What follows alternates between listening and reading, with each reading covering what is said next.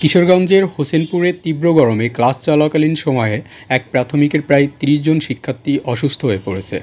গুরুতর অসুস্থ হওয়া এক শিক্ষার্থীকে ভর্তি করা হয় উপজেলা স্বাস্থ্য কমপ্লেক্সে। আজ বৃহস্পতিবার হোসেনপুর মডেল সরকারি প্রাথমিক বিদ্যালয়ে এ ঘটনা ঘটে। খবর পেয়ে তাৎক্ষণিকভাবে ছুটে আসেন উপজেলা নির্বাহী কর্মকর্তা অনিন্দ্য মণ্ডল, উপজেলা শিক্ষা অফিসার নুরুল ইসলাম ও সহকারী শিক্ষা অফিসার সালমা আক্তার।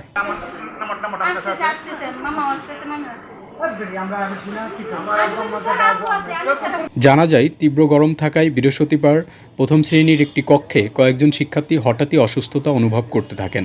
পরে অন্য শ্রেণীগুলোতে গিয়ে একই চিত্র দেখা যায়। অসুস্থ এসব শিক্ষার্থীদের স্কুলের অফিস রুমে প্রাথমিক চিকিৎসা দেওয়া হয়।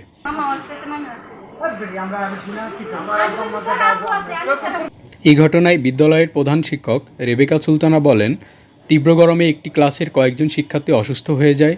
পরে অন্যান্য শ্রেণীতে গিয়ে একই অবস্থা দেখা যায়। কয়েকজন অভিভাবক তাদের সন্তানদের নিয়ে যায়। পরে আমরা ছুটি দিয়ে দিই। উপজেলা নির্বাহী কর্মকর্তা অনিন্দ্য মণ্ডল জানান, গরম কিছুটা বেশি। ঘটনাস্থলে এসে দেখেছি কয়েকজন শিক্ষার্থী অসুস্থ হয়ে গিয়েছে। স্কুল ছুটি দেওয়া হবে কিনা জানতে চাইলে তিনি জানান, বিষয়টি নিয়ে আলোচনা করা হবে।